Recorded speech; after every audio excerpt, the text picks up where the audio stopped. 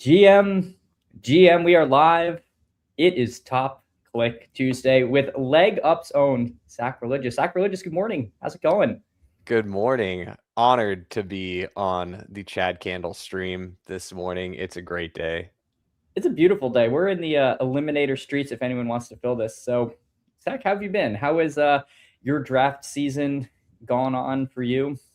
It's been great, man. I mean, it's hard to complain, when every day you just get to wake up and do what you love and draft 100 teams. Yeah, I think the volume is definitely picking up now. My final batch of slows is about to kick off.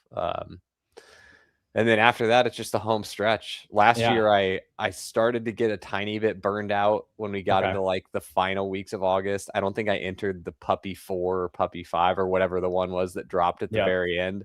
Yep. And then as soon as it was like week 6 and all the sidekick subs had like the best advance rates, it's like, I probably should have just done that Puppy 4 because I'm advancing like 50% of all my teams right now. That'd be Yeah. kind of nice to have an extra 150 in the hopper. Yep.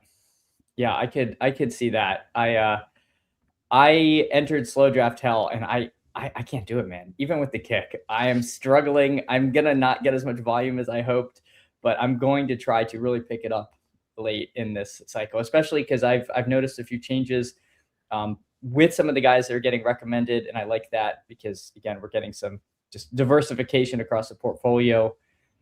I assume we're gonna be top clicking. So here we go. Bijan at the 2. Nothing controversial here.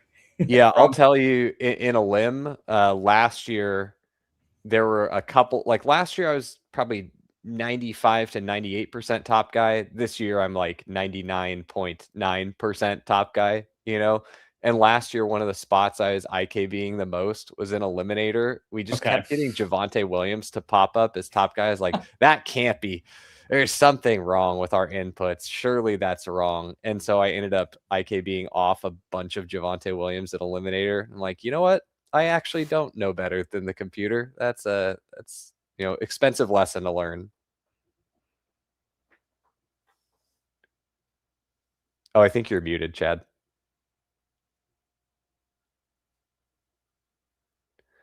While Chad gets the microphone fixed, I will vamp for us here.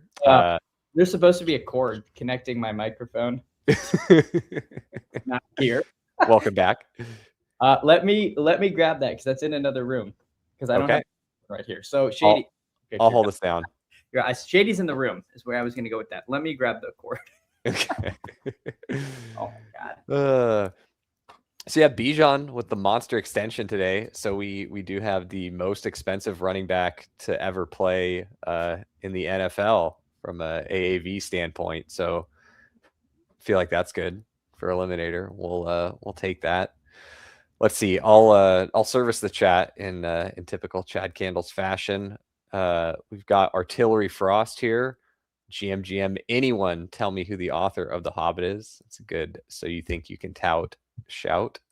Fold My Socks in the chat. Tiger Uppercut. The search is on. Where the heck?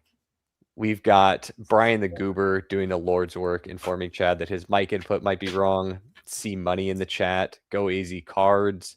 Did I watch So You Think You Can Tout? Yeah, Pete did a great job with the finale. Thought that was awesome. Shout out to Pete. Like, best in the biz. Pete Overzet is my GOAT. Respect my GOAT. Brian says, what were some of the big talking points from last night's rankings call? Let's see. Some of the Parker Washington playing in 12 personnel stuff was one where that definitely had a pretty major impact. I think the place where we're the most divorced from market on Parker Washington is the bad seasons for him. We think they probably look much worse than I would assume the market thinks they look. And so him playing in 12 personnel helps to insulate him from some of those. So that was one of the larger changes that we made. Some of the other stuff, just looking at Cleveland quarterback competition. Let's see. Had a little bit of Seattle backfield adjustments to make. some Eagles camp information, a little bit of Dolphins ambiguous wide receiver room stuff. Honestly, a lot of it was pretty minor. No like huge changes on guys. But yeah, just a lot of little things where we can update and adjust as we get more information. I mean, this is really like the best part of the year. Yeah, I have been. Nico is at the top of here. Thank you for putting up with that. I had moved everything yesterday to a room I never stream in and disconnected my mic cord. So we are back. Hopefully, I sound okay. You sound perfect. Okay. The crystal clear, dulcet tones of Chad Candles coming to you across the airwaves. People wake up early; they expect more than the tinny, MacBook input here. But yeah, we'll take Jeremiah Love. Seems good. But yeah, Parker Washington, he's someone where I also started, or I started like a little sluggishly and was sort of frantically trying to get my exposure up. I think I have 12% in the 12 persons. And I've used Badge Bros Brawl as my guilty pleasure tournament. I did that kind of last year. I have 80% Parker Washington. I've just decided if this drum beat is legit, I'm just gonna win that contest. We were talking a little off air. There's I agree with you that there's a potential that we are not realizing how flat the late tier of wide receivers are. And if this Parker Washington stuff is real, he's to me kind of like what we were thought BTJ was last year, where he was sort of a 1-2 turn pick. And, taking him at pick 74, I'm just going to slam that every time. And if it's bad, then I lose the Badge Bros Brawl. And that's no different than most of the outcomes I have, in a given season. So that is the tournament where I've kind of made that big stand. So that's my Parker Washington tale. Yeah, I wouldn't be surprised if we still don't get him, just if the market continues to steam him up. Feel like we're being pretty bullish on the outcomes for him, and it just would surprise me if he's someone we end up taking a lot of. So I feel we always joke in the Leg Up Rankings chat, like, if the cards get flipped over and everyone got to see our inputs, and we're being tried at the Hague for our crimes, like, are we getting the death sentence for some of these guys? And so we joked about Parker Washington. We're definitely not getting the death sentence, if they try us for Parker Washington crimes. Like, our families will be able to visit us, as we're spending life in jail for fading Parker Washington. Yeah, I actually spent a summer in The Hague in law school. Not the most scintillating town in the world. And it was, but I think you'd be safe from Parker Washington based on the stuff they were trying people for. I think you'd be good, but there is an interesting question here, because this is one where the masses, and speaking of drum beats, this is like, a little drum. Jaden Blue. Was there any, again, I'm not trying to nitpick or not nitpick or just ask about every single player, but Jaden Blue is an interesting one because he kind of dovetails with a lot of these sort of backup-ish standalone plus contingent backs. What is the leg up insight into we Blue? did move him up a touch. We had made a move previously, like a few weeks ago, on him. The thing with Jaden Blue that is a little tricky is the contingent value does not look like it's particularly good nor clean. Phil Maffa is getting run with the ones as well. So it definitely doesn't look like, if Javonte Williams were to go down, it's, Jaden Blue's world and we're just living in it. So that's part of, the upside being less clean, like potentially partially capped ceiling. And then you also have the issues with the really bad season outcomes for Jaden Blue probably are that he does nothing again. Like, that's, after a redshirt season, I'll let us make these picks here. Yeah, we got Waddle. I do love getting Waddle this late in a limb is crazy to the podium. Yeah. But yeah, so the bad outcomes for Jaden Blue are still probably really bad, like effective 0, might not be actually inactive for the whole season like he was last year, but it's still very live that he's effectively a 0. So we did a little bit of like projection in the fact that he wins that pass catching role. And so we're leaning into that right now, but it's there's a lot of spots like this when we're Mhm. in August and heavy training camp news season where, and wow, what's going on in this Oh, room? yeah, that sounds good. I'll take Tet McMillan. Yeah, we're just getting It's like just a really good team. really good ADP values on players that have been screaming up. Yeah. That's good. Um, but yeah, so we'll do some projection like that on guys like Jaden Blue, where we want to be quick to move, but it's also the kind of thing where we'll have a hair trigger on if the news starts to go the wrong way, we'll quickly go back on that because it's not something where we're saying, oh yeah, this is locked in or set in stone. Yep. Something where we think now this is likely enough to make a move, but it's also something where just a little bit of information in the other direction could lead us to going back. So Yeah. I don't know how much we'll get of him, but he did move up. Yeah. So just checking in on the room, we got Blitzology here. We got Shady in at the 6, Gunnar Ross at the 8. Of course, last year's runner-up, Mr. Binninger. We got Chromie 18 and Chromie 9. Don't love that.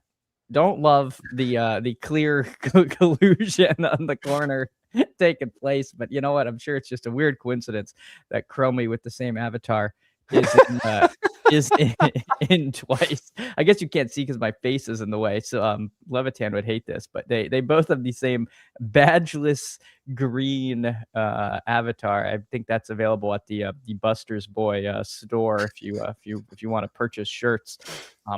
I did want to shout out, PPR Tyler says hello.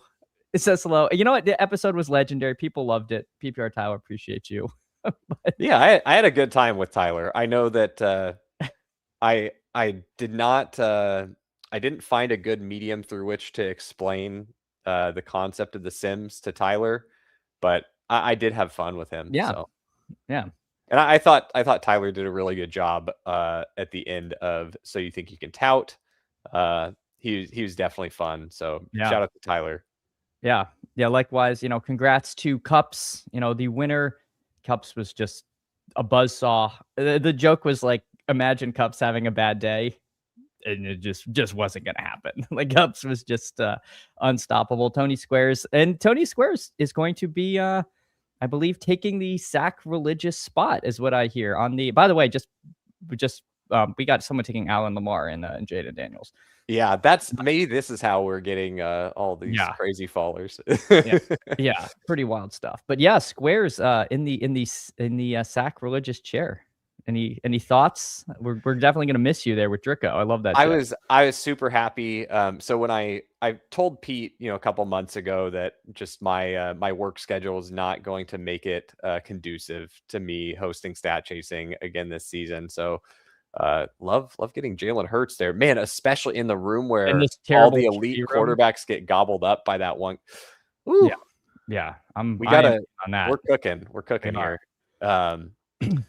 But yeah, I reached out to Pete, let him know it wasn't going to work out this season, and I was super thankful to Pete for the opportunity, and I had a blast. When Pete first asked me to do Stat Chasing, I really did not think I wanted to do it, Mhm.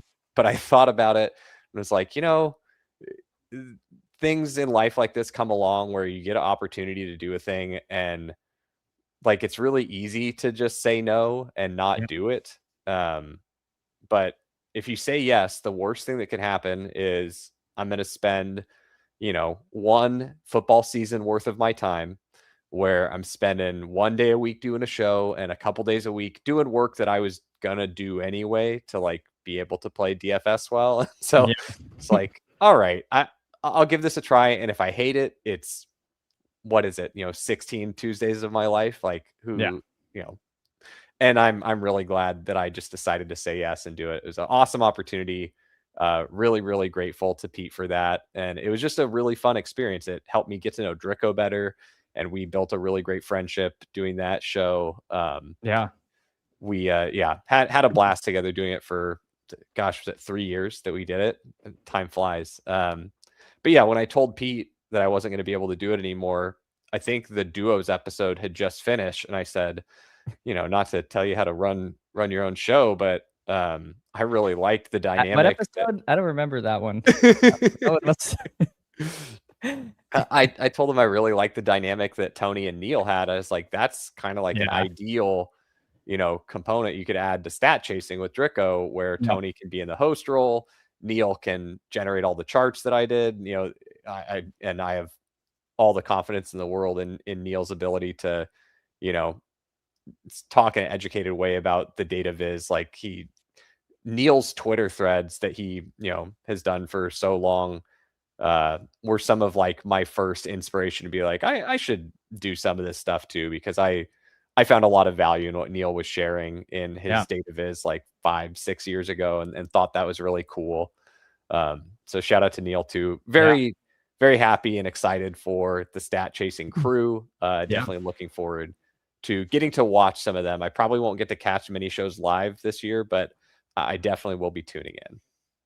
YouTube's move to letting you play members only in the background, like, quadrupled how much stat chasing I could watch, because I am an audio listener a lot, and members only, I don't know if you use YouTube Premium, you couldn't, like, dim your screen. You had to have the screen on, and you couldn't navigate to another, like, app on your phone. And it was just totally arbitrary. So, like, that was like a members only show. So it would be like I'd watch 5 minutes and then I'd be like, "Oh, let me check my email," and be like, And I'm like, "All right, well, I guess I'll watch something else," because, But no, because so it has been nice, because I do love that show. And I like Neil was awesome. Neil was a guest, I guess it was 2 weeks ago now on the show. Neil was awesome. He's done some really cool stuff with, like, weekly winners. I think that's really, his website. I think it's Farley Neil. It's like his F and N inverted .com. If you're into weekly winner stuff, that's cool. But yeah, I think that's going to be really, really cool. I'm going to miss you on it though, because I like catching you on your streams. Yeah, we had a good run. Definitely will still be around on the leg up channel when I can, but yeah, during the season this year, it's just going to be a little busy, a little hectic for me. And then, I mean, as soon as the season starts, we start working on playoff basketball stuff, Mhm. and so it's quite a lot to have on my plate. Yeah, I can imagine. I mean, playoff best ball was one of the big drivers for me to get the kick, because I feel like it is so useful for that contest. And then obviously I've continued using it, and I'm a happy sidekick user here, especially on Top Click Tuesday, because people do love when we argue with it. But honestly, I can't really argue with what this how we're top clicking today. No, I'm pretty into this one. I'm interested to see what it's going to do for us at running back later, just Mhm. because a lot of times in the eliminator, I will see, even when we start with strong running backs like this, I might get, 5 of them. Um, but yeah, I'm interested to see what it's going to do with the later running backs. Yeah, this is just so late for Godwin. Yeah, get the big ADP value on Godwin. Yeah. I'm good with that. 17 picks in this part of the board is like crazy. It's like, Yeah, yeah, we just keep getting value in this draft, which I think is a good thing. I'm all about this. I like the way this team is. For any audio listeners out there, we got a 1-3-5-0. We got Hurts, Bijan, Love, Jordan Mason, Nico, Waddle, Tet McMillan, MHJ, and Chris Godwin. Yeah, I'm player tiki. I'm not a big Marvin Harrison fan. I just don't find myself getting a lot of him. But again, that's one where I could easily be wrong. I fall like Parker Washington has sucked all the air out of the um, Michael Wilson MHJ wars. Those were raging, and now everyone is just racing to bull tweet Parker Washington, and you have the last stand of the BTJ Bears, and that's like really taken everything. But I do worry a little about MHJ, but there are, that's again, no one cares about that anymore. Yeah, of our inputs team, I'm apparently the MHJ Bear this season. A lot of the times there's, if we're all aligned on a player, sometimes that's like not a good thing. Someone needs to be there to like hold it down for the opposite position of the rest of the group. And so we have a pretty good group where people recognize that, and we're all capable of holding, multiple outcomes in our heads at once as we Yeah. think through the ranges of outcomes and all those inputs. But it is good to have kind of a designated person that's caping up for one side or the other of a player. And Yep. so I've been the one that's caping up for the Marvin Harrison Bear case, and I don't really love my bedfellows on that one. Now, seeing the Twitter Me? the Twitter discourse of like No, yeah. the Marvin Harrison dropped a ball in practice. Ugh. Yeah. So Yeah. For me, it was more Marvin Harrison ran like 14 miles an hour in his first game. I'm like, where are we dogging? Or like whatever it was. Like, I remember when that happened so vividly. I was like, that doesn't seem great. Like, what are we doing out here? Like, I don't know. Like some of those things can be noisy, but sorry, I don't know why I tried to have this dim when we were in the background. If you're wondering why I keep moving the sidekick. oh yeah, if you open your settings page, you should be able to turn the dim on again. I don't know why it's not happy with me. It didn't. Am I not saving it? I feel like an idiot. Every time I, have a guest on, I like lose my ability to do basic. Um, Oh, you're good. You're streams. multitasking. You're doing many things. You're driving. We're driving. All right, Romeo Dobbs is. I am more than happy to take him in a limb. I feel like he's. Yeah, Yeah, that's an eliminator ass click. he's I the thought we most. might get JCM to come back to us there, but I I have come around to JCM. I was bearish on him, and now I'm like, who else is going to run the ball like all that much? I don't know. Like, if he's yeah, the lose to Kate Katron Allen, we were never going to win anyway. Kind of. well, the Kate sniped on Chris Rodriguez. Okay, so this will be really interesting to see how running back goes later. Yeah, Because I feel like the sidekick was into getting one of those running backs here, but it didn't happen. get Jake Ferguson to hold it down at tight end for us. Yep. Um, Yeah, don't mind that. Again, like one of the things the sidekick has that I do like is I would panic and be like, I got to take Tracy or Keaton Mitchell here to see another like running back, and it's like, no, well, don't do that. That's not really going to help you all that much. Yeah, I think that's one thing that the Sims have really helped educate me on. Like, I think the biggest mistake a lot of people make is that they're predicated towards addressing a position of weakness or like, hey, I don't have enough wide receivers yet, or I don't have enough running backs yet. And so they try to address that regardless of what the player pool looks like. Yep. And that's like the complete opposite of what you should be doing. And so Yeah. I think that's one where people make really, really bad mistakes, and I see it often from people when I'm watching people stream. I'm like, oh yeah, that because if you even like, I bet if those people, took a little bit longer and even looked at their rankings and like how they have players tiered out, they'd be like, oh yeah, why did I feel the need to take a wide receiver here? Because I've got 10 in my tier, and at least 5 of them will be available by the time I pick next. Yeah. And I don't really think that the quarterbacks are going to be as good. And so stuff like that, where it's like, gosh, it feels really weird to take my second quarterback before I have a third running back, or things like that, where people get squeamish. I think that's a pretty large mistake that the field makes in general. Yeah. Artillery Frost noting if Davis was part of the leg up rankings team, we would have slammed Keaton Mitchell at pick 122. But no, again, like you're saying, I think it would have been very easy to just like see the next green patch and do it. And I have tried to take that lesson on board. And so I like when the Sims have me do weird like order in construction. Sometimes I'll quibble with like specific player takes, and I feel like, I don't know, a little more okay doing that. Like if it's, between two receivers, I'm like, well, I just prefer this one. But if I'm less likely to IKB when it's like, no, take a quarterback here. And I'll be like, all right, I wasn't going to, but I like that. So that's one thing I've enjoyed about my builds with the kick, even if I like IKB a little, just as a treat. Yeah, I think IK being as a treat is fine. I did actually I IKB'd the other day, and I sent in the rankings chat, you ever rip your shirt off, beat your chest, IKB to Brock Bowers in round 2, even though he wasn't top guy? Like, because sometimes you just need to, like, we're drafting for fun too. Like, obviously it's the most fun to have a nice profitable best ball season, but it's also really fun to draft Brock Bowers. It's so much fun to draft. Yeah. Yeah, to have, oh my gosh. Ooh, sniped on Woody Marks. Okay. That's okay. This is gonna be really fun. We have one quarterback. we're not going to end up with 2 quarterbacks, I'm afraid. This is where I panic. Oh, This I is think where I see think Cam we'll end up Ward, with and 2 I'm like, quarterbacks. And also, I think okay. worst case scenario, it's probably a pretty viable strategy to just kind of piecemeal early quarterback with some of the guys who will start early. Like we could get a Jacoby Brissett later, Mhm. and do that plus another random loser quarterback that's not secure in starting all their games. So, Yeah, obviously the sidekick here is saying, hey, go but he's ahead and the quarterback. prioritize that second quarterback. But yeah, it wouldn't surprise me to get like a Jacoby Brissett on this team or something like that later in the last round. Yeah.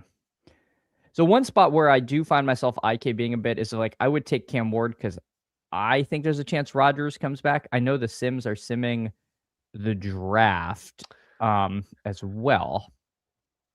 Don't know your thoughts on like trying to outsmart it as far as trying to push a player. Now, I mean, I don't think he's going to come back in this particular instance, but just like, Yeah, I mean, you can. That's something where basically the way that I would be doing that is if I think that the ADP is not reflecting actually where that player is going to go in this mhm, room, then that's a reason that you could try and push it like that. okay, Uh, the other like caveat that I'll give there is I don't do that when it's a spot where I'm very uncertain how the sidekick will change its recommendations ah, after I've taken that yeah, player. that makes sense. Because sometimes, like, I feel bad because we're on a roll, and I'm like, what is going on? oh, it did just die right then. That's crazy. Oh gosh, that's annoying. Hmm. All right, do I need to make a new one? I might need to make a new stream. Sh- Oh, Click. it is Oh, back. It's back. are we back? I Yeah, I think think we're we're back. back. We're back. We got a little behind the scenes, but we should have known better. We should have never doomed. Never doom. I thought I was gonna have to like create a new stream. I'm like, this has never happened before. Hooray, we're back. Thanks We everyone. made it. Didn't even Woo. miss a pick. No, we didn't miss a pick. I wonder what the audio like on a replay will be for there. It seemed like it just skipped. It skipped like a little bit. I don't know what Okay. happened. Unbelievable. Well, that's okay. We're good. We're back. Oh, Hawkins. See, this is one where I get mad where I IKB because I'm like, okay, it wants a tight end. Does it have to be DJ Hawkinson? Well, so But let me pull up. I If will be you were taking gonna if yes. you were gonna guess, what's your best guess for how many points? We'll just do a real easy question. How many points do you think TJ Hawkinson's gonna score in a week? Just on average across the whole season. Hawkinson's gonna average like 6 points a week. Great, you're aligned with us. So Hawkinson's a fucking awesome click then. So that's the thing that I think people also get wrong with IK being. They assume something and they don't know, relative to what our inputs have. Like where he comes out on average across all the tens of thousands of sims that we have, Mhm. it's right about where you got him. So that's something where it's like in your brain, you're like, gosh, that's so yucky. Only 6 points. It's like, yep, 6 points. Like, that's pretty good. So Yeah. Yeah, I guess I find other ways of getting 6 points more enjoyable than TJ Hawkinson. But yeah, no, yeah, it's one of those things where it also helps me diversify. Because yeah, I think I'm too low on him, but he's also what he's like 26 years old. In my mind, he's like 32 and has had 7 knee surgeries, but it's like it's not actually like that grim. So, no, yeah, I think he's 29, but for oh, tight he's end, that's young. 29? Yeah, Fake news. Sorry. I don't know. I thought he was but he 26. is. I'm out again. I think he's a perfectly reasonable pick where he goes. Yeah. Definitely a lot of room for the offense to take a step forward this year. So he's one I'm perfectly happy to get. He's not one I'm super excited about, but just like Kate Otten, like I'm Yeah. not super excited about Kate Otten, but whenever we review Kate Otten, like Pat just really dislikes that Kate Otten is a good pick in the Sims, and so we've like fudged the Kate Otten inputs down more times than I could possibly count. And it's like, yeah, Kate Otton's just still a good pick. Like you can lie all you want, but you're gonna have to lie a whole lot more to get Kate Otten to be a bad pick. I So like Kate Otten. He's one that I don't mind taking because we've seen him go off, and yes, it might require some injuries, but at least when that does happen, he can step up and he's always running all the routes. Like he's not coming off the field for anything. So I'm into Kate Otten. But yes, the machine is telling us, please, Marshawn Lloyd. I'm there we begging, go. please, tight end, running back. I mean, Well, that would be a fun one. I definitely like the Marshawn Lloyd click. Oh, Shady takes Charlie Kolar from us. oh, Bummer. in round 16, Charlie Kolar. Let's make these. Oh my gosh, Lloyd gets taken. Lloyd gets sniped. Oh, you didn't move Jaden Blue up enough. Jeremy Bernard. Oh my god, this is killing me. I know I'm like, oh, I'm okay waiting on running back. I'm panicked. I'm a little panicked. We have three Yeah, I three think we running just backs. write it out. We'll probably be able to get 5 here. We'll land the plane. Oh, Wow, T Ferg. Ferguson bumped up. Oh my gosh, Holani boys. King Calorie, please don't close your stream. Don't see what we're gonna do. Yeah, he takes Blue. Okay, we'll take Holani, I assume. All right, George Holani. Speaking of early season production, George Holani. We did move Holani down a good bit too. So if he's Yeah. still coming up as a good pick in Eliminator, I feel pretty confident he's a good pick because we nuked him pretty hard with some of the Seahawks camp information. Yeah, I was pretty smug taking him. I didn't get crazy, and now I'm like, I don't know. I may have drafted Dare Agumbawale in Seattle here. Yeah, I think you might have gotten, like Giants Devin Singletary. Like Yeah. not early career Giants Devin Singletary, Right. but that can be totally fine. It can be fun. Yeah, it can be fine. I mean, he was getting meaningful carry. I know it was a different circumstance in the playoffs. Like I do remember he got a carry at like the 9-yard line in like the Rams game. Like It does seem like the worst case scenario is he's pretty squarely the RB2 there while yeah. Charbonnet gets back. And in Eliminator, you'll be in the money weeks before Charbonnet gets back. So Yeah, true. All right, so let's see. I'm curious. I can try to keep the kick up. We can see who it's rolling if people are curious. Yeah, surprised to see Mount Washington at the top of the kick here. did you see the most recent thing out of Steelers camp? They're lining him up at fullback. Oh yes, I did not. I didn't see that, but that sounds intriguing. I heard. Oh well, I don't know if that dovetails with. I heard Aaron Rodgers was like yelling at Rico Dowdle. So I don't know if there's trouble in paradise with that. Dowdle ceding snaps to Darnell Washington could could be the kind of August training camp news that people want to hear. Yeah, I think Darnell Washington's just a good pick. I think both the Pittsburgh tight ends are just good picks. They go so late, like Freiermuth, he's here in the 16th. Darnell Washington, last round click. Yep.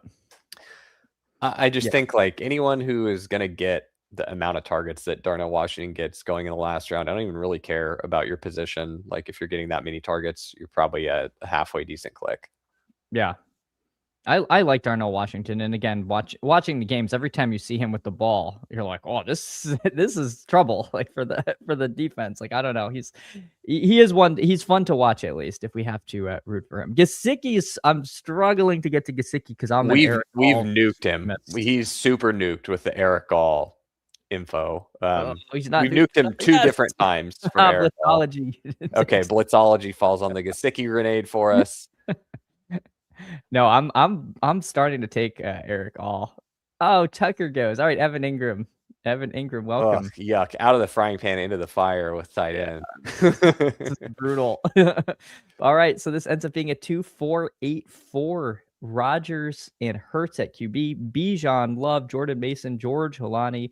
Wide receiver room of Nico, Waddle, Tet McMillan, MHJ, Godwin, Dobbs, Shaheed, Jeremy Bernard, and then Fergie, Hawkinson, Otten, and Evan Ingram for the stack. Definitely a different build than I would do on my own. I would not do much 2-4-8-4, but I don't mind doing it this way because again, the sims are going to give us things that we are less comfortable with. I'm okay with having some of these in my portfolio. Sack, what do you think of the what we've assembled here? Yeah, I dig this one. I wish we didn't get sniped on Marshawn Lloyd and Charlie Kolar because those are two that I think would have been fun for us. But Yeah, I'm still pretty happy with the team. We got a lot of really we good did. value on some picks that are guys that are moving up right Yeah, now. Like Tet, Jalen Waddle you know, sometimes goes Waddle. at the end of the third round, you know, Yeah. and Tet also sometimes goes like end of third / 3/4 turn. So And then the knock on Ted is like they play the Seahawks week 17, but like that's if this team makes it to week 17, I don't care. They could yeah, be you'll playing the you'll 8 you'll 16 survive, you Bears. know. Yeah. So yes, awesome. Want to you want to switch gears? We can do a BBM. Dealer's choice here. What are you feeling? I need more limbs. I'm low. I'm low. I have 115 left. I'm not gonna max it, am I? Oh gosh darn it. How many BBMs do I have left? I have 85. All right, let's do BBM. Let's do BBM. And so I Again, we could, think I saw you saying in I think it was in Davis's Discord, you tried slow draft hell. You weren't a fan because you're not able to be at your computer every 8 hours. And I would say that's a great reason to not be into slow drafts. That makes it a lot less enjoyable. yeah. I can't reliably know I can be, especially like midday. Like I'm not always around my computer or laptop, and so I have to go through and do them. I like to I like my slow drafts to be pretty much purely sidekicks. So then I find myself in this weird spot where I'm like, what would the sidekick tell me to do? And like, I'm not, that's, I don't want to do that. So then I end up with these like hybrid. I'm just like, I don't know. I don't like the way my teams have come out in the slow drafts. So I have, My trick for when I've had days where I've been like, 500 slows deep and I'm going out for the day and I'm definitely not going to be around in the middle of the day is I get all my slows done in the morning when I wake up, like I usually do. And then the second before I walk out the door, I go and just clean out whatever bubbled up back to the top, put yeah, me on the clock. And then I'll go through as many teams as I basically have time to go through before, my wife is mad at me for not walking out the door yet. And I will just queue as many players as it is between my next pick based on the sidekick. So, like, if I'm uh, 5 picks away, I'm queuing 6 players. And that way, my worst case scenario is I get something that's probably pretty close to what the sidekick would have recommended by the time I'm on yeah, the clock if I that have to makes time sense. out.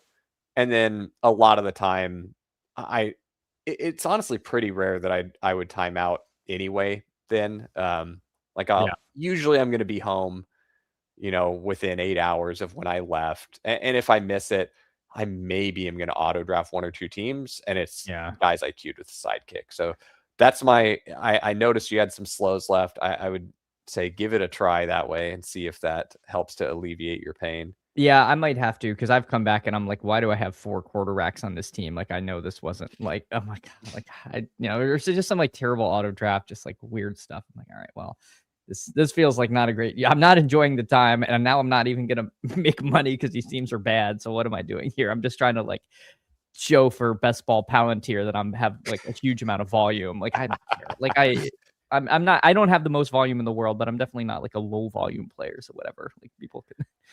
So anyway, Puka looks at the top of the kick here. Let's rock and roll. It looks like we've got Blitzology in here. Go AZ Cards Goods. By the way, if you can, like the stream, please. These things help so much with the algo. Sub to the channel. And let me use this as a chance to plug Leg Up over here. Sack. I can link the Leg Up channel in this because there is, of course, Top Guy Tuesday today with Pat Carane. I don't know if it's just him or if there's a guest in store, but make sure to sub over on Leg Up. They have some great stuff. Pat does a great job of explaining the sidekick picks. If you watch me without Shady, I sometimes just argue with it. I think people like it for different reasons, but if you're actually trying to really understand the machinations, I would definitely recommend watching Pat this afternoon. Yeah, Top Guy Tuesday has been a really fun stream. I really liked that idea from Pat. It's one that I never miss an episode. Yeah, it is very good. It is very good. No, the slow drafts are on mobile still, Bill, but it's hard for me to like go through and do it because I'm talking about like doing like 200 drafts at a time. Yeah. It's and sometimes I don't know how I know mathematics. Like this is me showing my idiocy, but I'm like, how am I on the clock in 40 drafts? Like, how is this? Like, where is everybody else doing? Like, why are they Yeah. not on the clock? It feels like I'm somehow always on, but yeah, it can be a lot. It can be a lot. Even being able to just rip them off there. All right, we got Puka here. Looks like we will probably, gosh, A Chain would be a lot of fun. We'll see what we end up with. We did have a question for you earlier from Brian. What is your favorite format in fantasy? Season long, playoff, best ball? Oh What do you like gosh. doing? I really, really like Showdown. Oh. Showdown's very fun, and I like the puzzle of it and the process a lot. Mhm. Uh, so that's one of my favorite. I think playoff best ball is right up there. Those are my two formats where Yeah. if I could only play two, those would be it. Yeah. Playoff best ball is pretty sweet.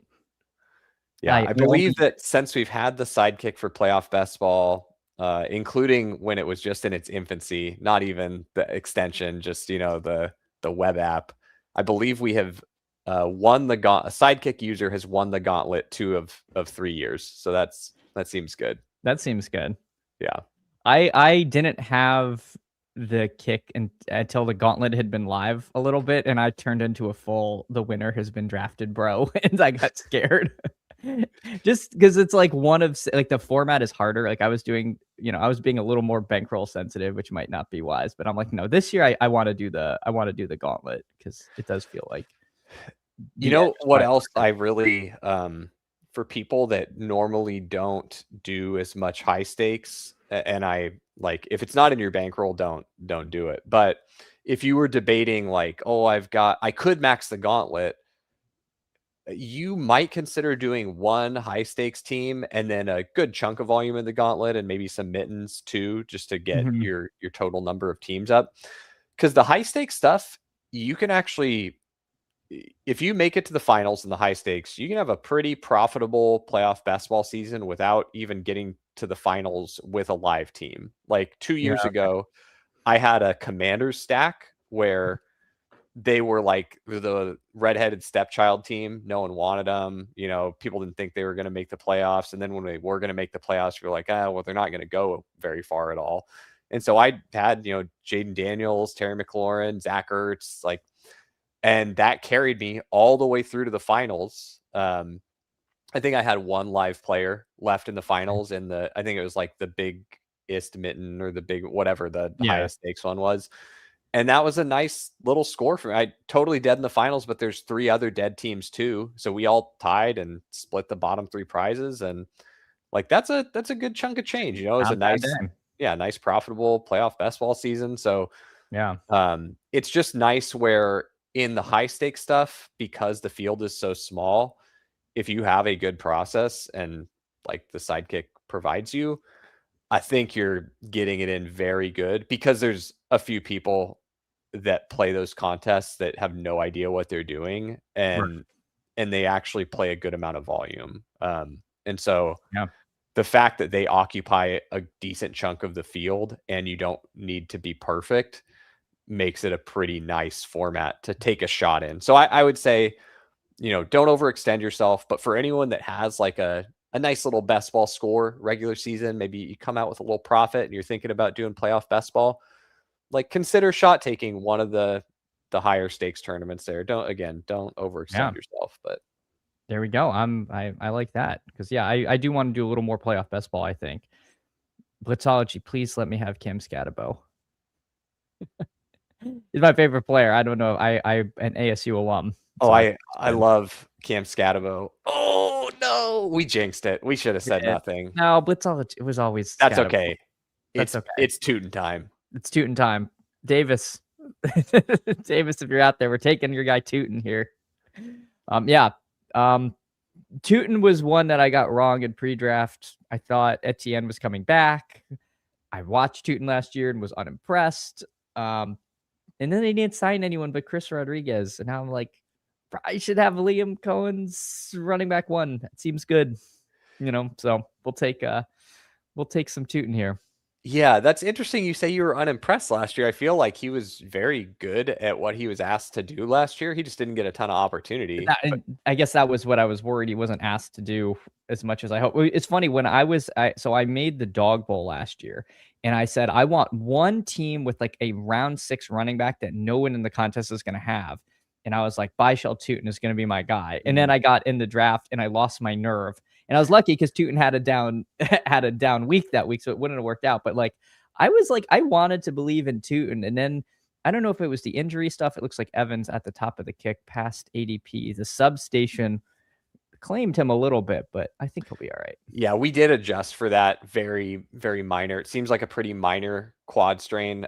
He was still participating in wide receiver drills yesterday. Okay. I know they said he sat out, but he did participate in wide receiver drills. So it does seem to be truly minor. Yeah. He did an interview with a local radio station afterwards. Like, seems like everything's fine and they're just proceeding with an abundance of caution because, you lose Ricky Pearsall and you get the immediate Christian Kirk calf injury. They're like, maybe we should just be a little careful here. So I feel like we got a little Mandela here because I know this substation thing has been like huge, but I don't remember the videos from Niners training camp. That thing is massive and it's in the background of every shot. They're like surrounded by this Tesla coil. I'm like, what is going on here? Like, I don't know. I'm like, I don't want to be like a, conspiracy theorist, but I'm like, I don't know that thing. I don't think I'd want to practice next to that thing either. That's why we brought, shady advice in to help with the sims. We knew we needed an astroparticle physicist to, correctly model the electromagnetic fields coming off of a substation. Yeah, I like the idea. Like maybe I've solved it. The wide receivers, they're closer to a more dangerous part than the running backs, which is why CMC, where they practice, they're getting less, the field isn't as strong over there. It's not him sapping their energy. They just move the wide receivers for it. Now, I think people could get really in the weeds with this substation. But yeah, it's funny in the pictures because now I can't watch a clip from Niners camp without seeing this thing. Oh, I mean, it's reached terminal, escape velocity. It has. Did you see the someone made a Twitter account that is electrical substation? Yeah, it's very good. It's a pretty good bit. Oh my gosh. All right, let's see. I'm curious. Sometimes I like to pull up and see what so now it's just like it's interesting when it's not like you need a certain position. We're just taking whoever comes along for us. Would have expected again to see more running backs, but that's just running back is so grim. This has turned into this quarterback zone. They have all gotten clumped, and I don't feel like it was like this when the contest opened. Like, I really, really hope that someone takes a player that we don't like because there aren't enough players to make it back to us with all of my favorite picks here. I guess our consolation prize is Jordan Tyson now, it looks like. I was worried Tony Pollard might be ahead of him, but Arizona State's own, again, another ASU legend. Let's see. All right, Tyson's gone. Okay, Tyson goes. So we've got to survive 2 picks. Yeah, this is looking less favorable if both Price and May go. And I know AZ Cards is in the chat listening. And Blitzology has already sniped us. So there goes May. Oh, Blitzology's going to do it. You don't need 4 running backs. You need Makai Lemon. It would really tie the room together with Cam Scatabo. That would be a weird energy, the two of them. I don't think that would actually work. Give us Price at this nice discount. No! Ooh, he times out on it. He really twisted the knife. He did. He slow rolled us. Yeah, that's okay. That's okay. You know what? Rico Dowdle's in the doghouse of doghouses with Yeah, there were a few different reports over the last couple days from Steelers camp where first few were like Jaylen Warren looks to be like the clear 1A in the backfield. Like Jaylen Warren seems to be like he'll get the pass catching stuff. And then there was another report where it's like, oh, Rico Dowdle is looking good today. He got run with the ones. It's like, well, yeah, of course they both should be getting run with the Yeah, ones. It'd be concerning if either of was them were not getting run with the ones. offense is supposed to work. But yeah, it seems like Warren is definitely the one who should be the favorite to score more fantasy points this season because he seems to have an advantage over Dowdle as far as usage currently, and seems to be the preferred pass catching back, which people forget. A target is worth a lot more than a carry. Yeah. And Aaron Rodgers, not afraid to check it down. No, as evidenced by the Kenny Gainwell renaissance year. I mean, that was something to behold, the Kenny Gainwell renaissance, because it was like Jalen Warren, it was kind of known as being a little bit of a pass catching back, and then Kenny Gainwell was like, no, he was making like plays downfield. It was incredible, the Gainwell. Now, have you seen the most recent Gainwell news out of Bucks camp? I saw they were he was mostly doing passing stuff, and they were running a lot of like 21. Don't know what to make of that, because I feel like both sides were victory lapping this as like, this is great for Gainwell, and people who are like, haha, Bucky, supremacy. I was wondering your read on that. Or Can someone explain to me how it's great for Gainwell? I didn't think it was great for Gainwell.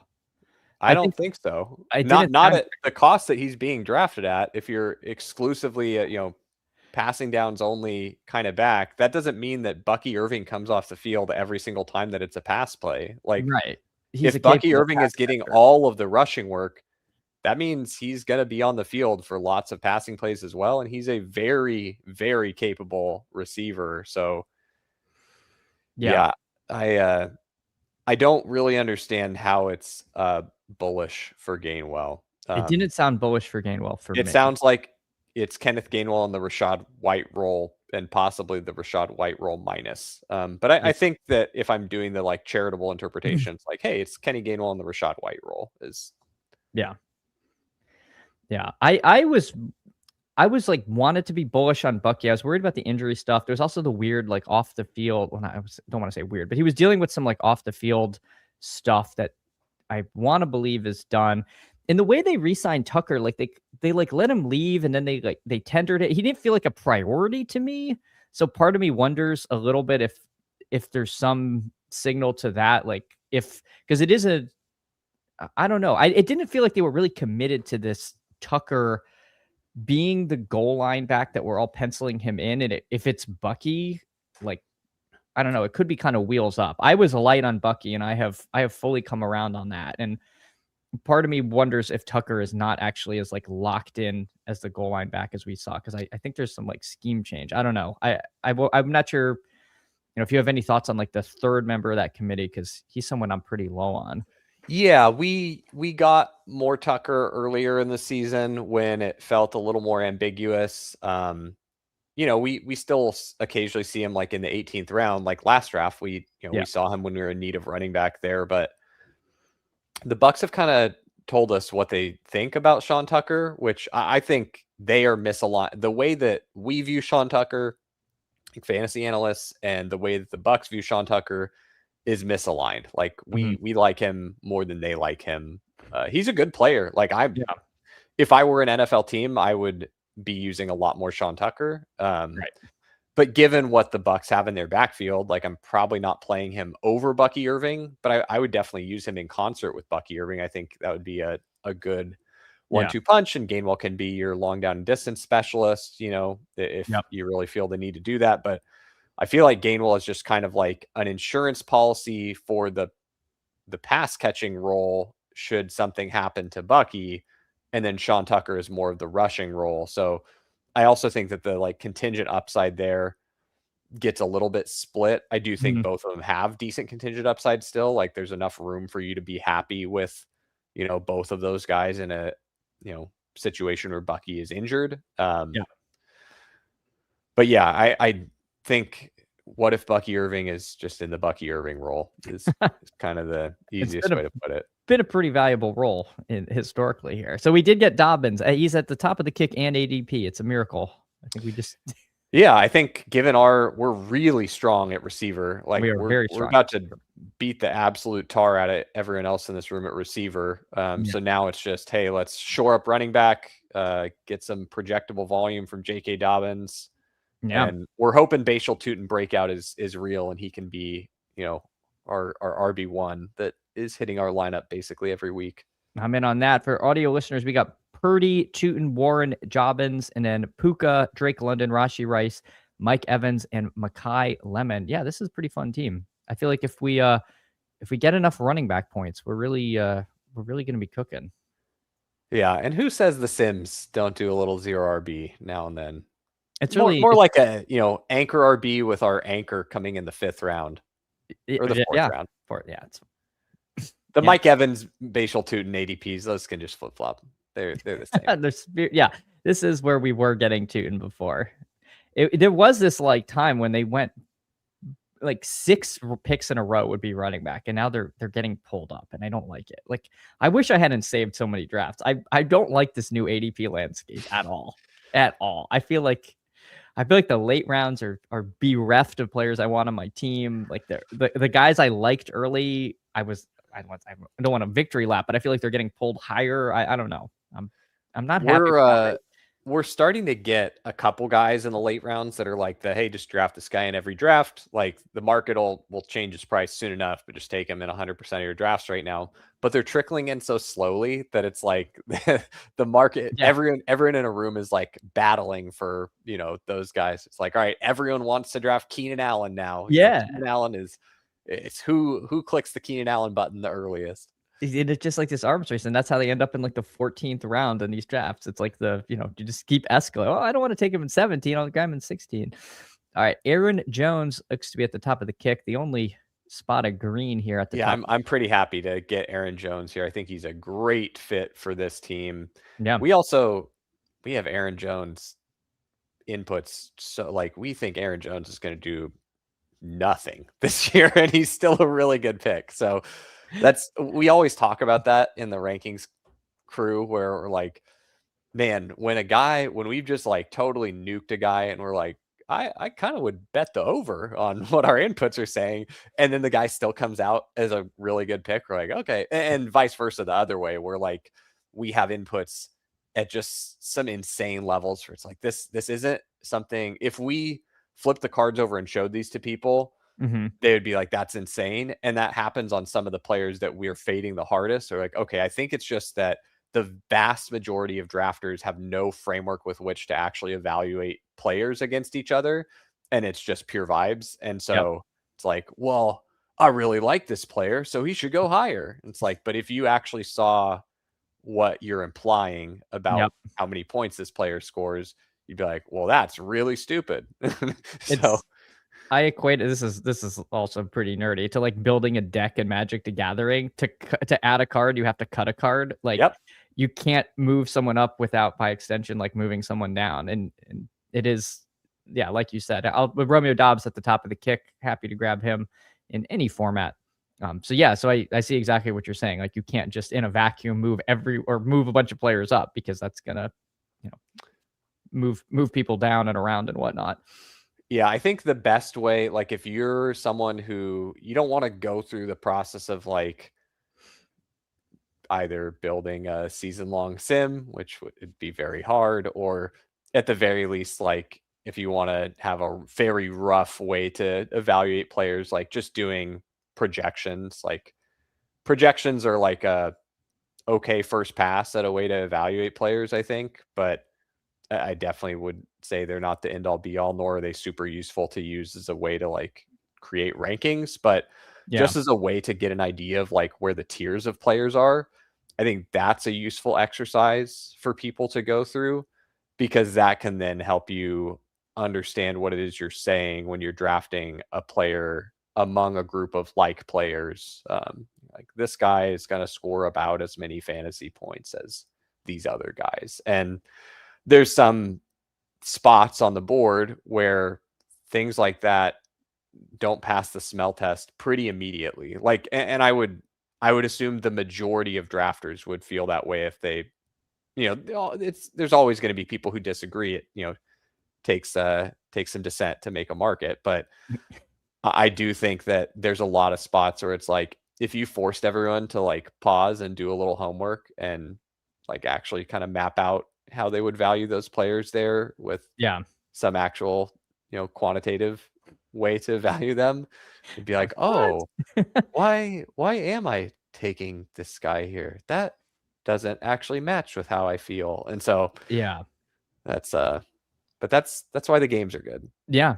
Yeah, I've thought about that with like exposures, like just making sure it's intentional. If I'm overweight a guy, I want it to be because I think I've looked at the alternatives and I think they're, just superior, they're underpriced or whatever. Sometimes it's just like, oh, it's round 17, I'll click, player X, and I just keep taking them.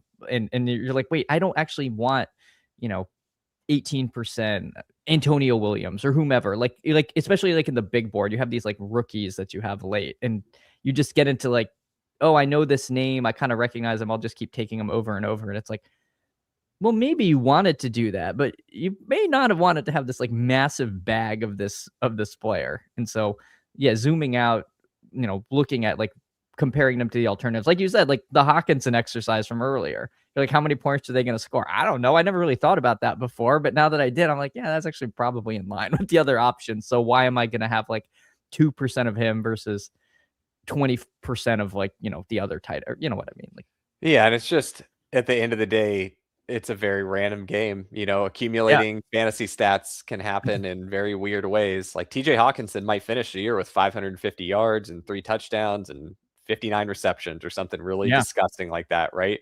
Yeah. But there's one game where he goes for 7 receptions, 89 yards, and 2 touchdowns. And if that happens in a week that's beneficial for you, that can be worth a lot of money. And so that's part of that's part of it. With some of the grosser clicks, it's like, is this guy, does he have a pulse? Is he within reason as far as what you're paying for him?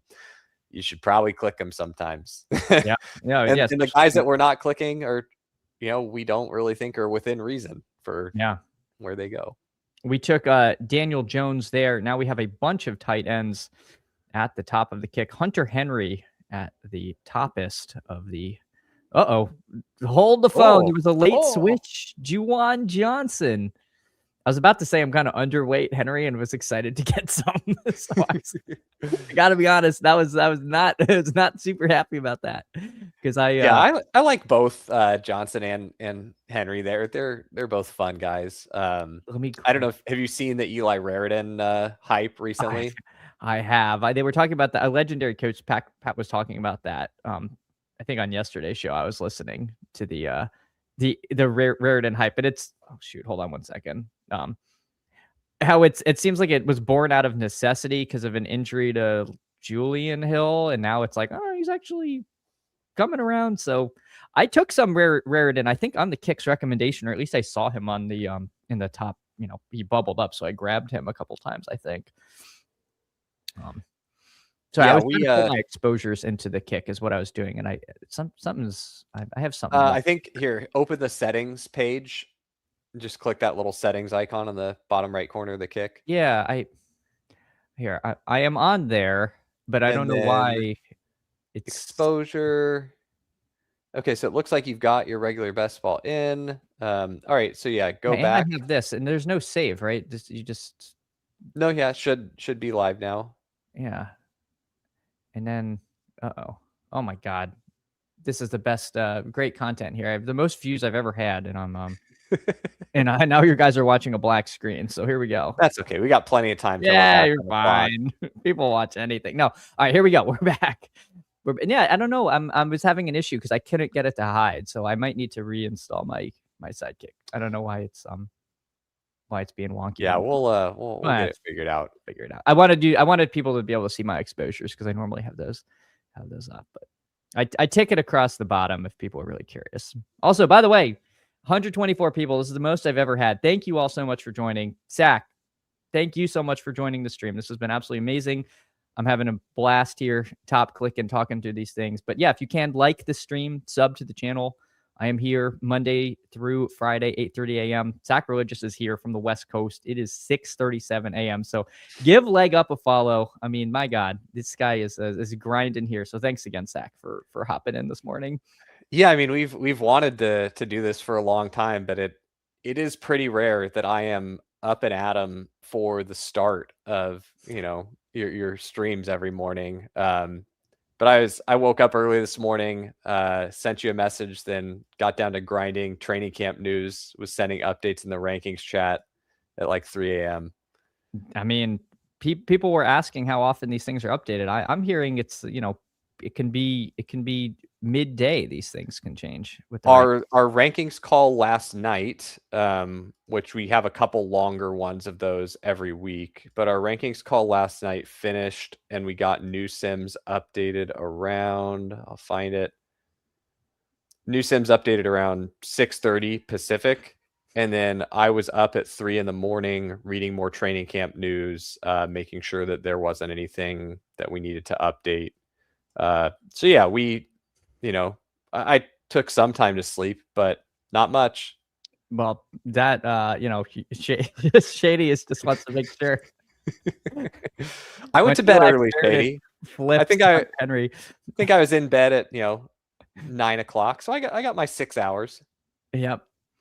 A big stand I have, speaking of late tight ends, has been Greg Dulcich. I've heard he's missed the last 2 days of camp, and I'm like, oh no. It's a minor thing. It seems like he'll be back. We are back. So yes, speaking of the horseshoe theory, which occasionally comes up, I had the legendary Go AZ cards on the channel about 12 beers deep, demanding I take TJ Hawkinson.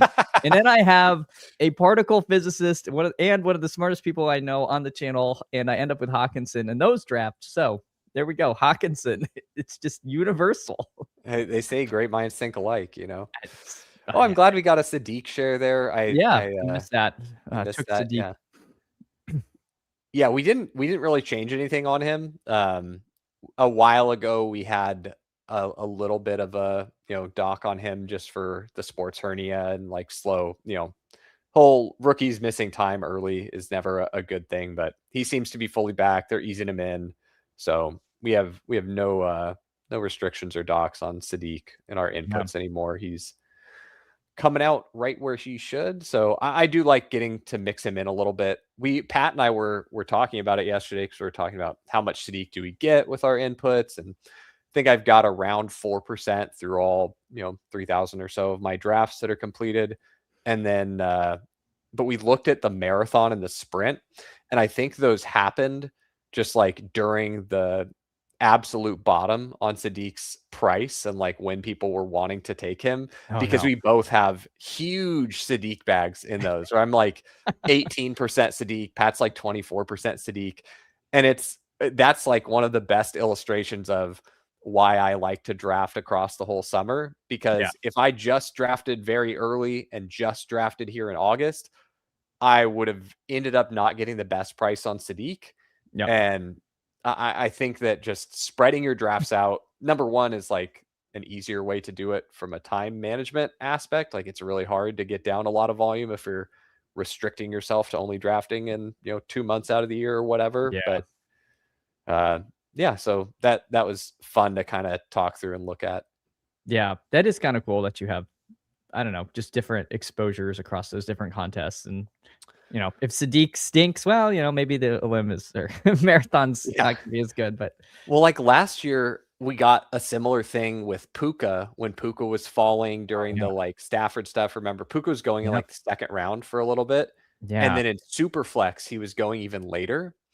And I ended up with something like 60 or 65% Puka in Superflex, and then I got 5 Superflex teams to the finals. So it was a pretty good.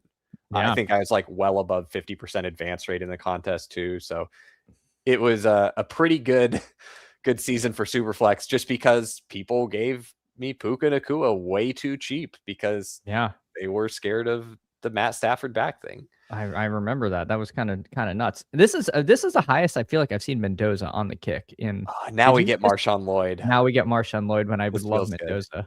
It's okay. Marshawn Lloyd's it's a perfectly cromulent. I'm very glad that we got a Marshawn Lloyd share out of our 2 that we did today. Man, really, really strong receiver rooms in both of our drafts. Yeah. Yeah, definitely. I like this team. I feel like it's coming together pretty nice. I'll be interested if we do get one of these quarterbacks. Only the Cammer really needs one, and he has Burrow and Cam Ward. He might take Mendoza. Did you all change him, or is this just now he's like 25 picks past ADP? No, yeah, we haven't changed him. A few weeks ago, we made a change just with, making sure we had the how many games Cousins plays and that distribution correct. Okay.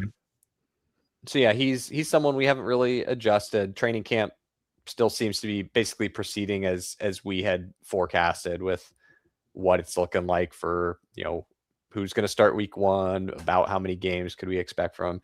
Hey, there we go. We do get Yeah, Mendoza. it's like unless we get a reroll. There we go, Mendoza. Welcome to the team. I do really like him as like kind of a later season hammer, Yeah.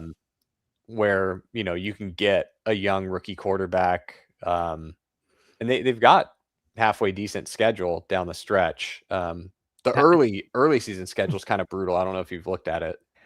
I feel like I remember that from like a limb chatter, like that there could be some early struggles with some of the Raiders stuff. But yeah, I know the week 17 they play the Cardinals, and I'm like that could be the like sneaky fun game between two like 4-win teams that goes off. Like Yeah, I don't know.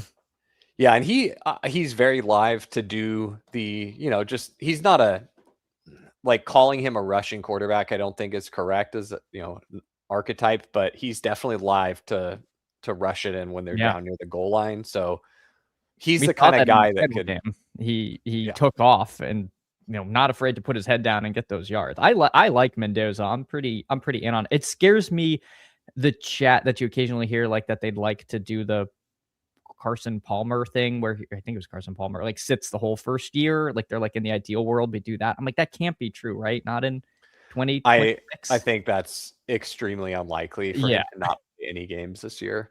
Yeah, that's where I'm at with that. But I like the Mendoza stuff. I mean, yeah, I agree. I think there could be some sneaky, rushing upside and like kind of a Trevor Lawrence-ian way where they run a little more than you think. That's a great way to comp it. All right, and our last pick here. Last pick. Let's see. Oh, yes. Yes. Michael Mayer I love Michael Mayer. I am a big Michael Mayer truther. Okay, we're gonna get a fun tight end, it looks like, no matter what. Surely, unless Goazy Cards doesn't like taking tight ends. He already has 3. I think we're marked safe. Blitzology is the wild card. We'll see. He's top clicking. But yeah, Michael Mayer, I feel like he's got some standalone value. They say they're going to run a lot of 12. I think he's super talented. He was mentioned as a trade candidate a while back. I don't hear that much anymore, but we've seen if Bowers goes down, which I mean, I don't want that, but I feel like he's got some contingent upside for a tight end, which is a little rare. And he's a stack with Mendoza. Let's see what Blitzology does. Curious. Do we get I mean, Kolar, if you want, we could IKB to the Kohler Vortex if you want. No, I like Mayer as well. I have a lot more Kohler than Mayer because that's how the Sims give it to me, but I don't want to not have Mayer, Yeah. Yeah. Now here's a fun little bit of trivia. Do you know Michael Mayer was a finalist for the Mackey Award? What tight end beat him out for the Mackey Award? Guessing by the recent discussion, I would guess Charlie Kolar. Or no, was it wait. Was it Eric All? Brock Bowers. Oh, it was Bowers. Yeah, in 2022, Bowers wins the Mackey Award. Michael Mayer, a finalist. God. Now they are reunited on the Raiders. And yeah, I think Mayer's a fun click. He's one that, I mix in pretty infrequently. I'm not going to have a huge bag of Mayer, but I think he's very live as a guy that you can draft, especially with, I like tacking on Mendoza here. And that's something you'll notice in the sidekick. The larger the finals and like the more the disparity between what like a first place finals finish is and min cash in the finals is, you'll see some stuff that can get a little weirder. It just like gives you more license to do things like drafting Michael Mayer. And so you'll notice stuff like that in BBM. And the DK, Millie and things like that, where you probably would see this less in, something like a high stakes tournament where it's like a 10-man final. It's like, don't worry about Michael Mayer. It's fine. Whoever you have at tight end, you're going to be like, maybe a couple other people will have them at worst. Yeah. But in a 667-man final, it could be pretty cool to show up with Fernando Mendoza and Michael Mayer. I would be euphoric. And yeah, hopefully we can have this this sweat. Maybe we'll be sweating one of these, this Elim earlier, or sweating this BBM. But Sack, this was awesome. I wish I had more time. I do have to hop. This has been incredible. This is the most viewers I've ever had on the channel. So thank you so much, Sackreligious. Sack, do you want to tell the people where they can find you, what you got coming on this as the summer rolls on into the season? Yeah. Everything I do is over at legendaryupside.com. We've got a Discord server there. If you're a Leg Up member, you can go to the perks page on the Leg Up site. Go ahead and get in the Discord. Shady, Pat, and I are all in there. Happy to answer questions. If you've got any sidekick questions or otherwise, we're in there all the time, chopping it up. Yeah, just really, really excited to finish this best ball season strong, and very happy to finally come on as a guest on this very esteemed program. Very glad we could make it happen. Hey, me too. Me too. I so appreciate you coming on. I drop the links in the chat. I'll add them to the description of the video. But again, hey, I will label these teams. I can't wait to sweat them out with you. Yeah, this was a ton of fun. Really, thank you so much. And everyone, for Sack, for myself, I will be back on 8:30 a.m. tomorrow. Drop a like, drop a sub, leave a comment after. All these things help me so much. All right, I'll see y'all soon. Take care.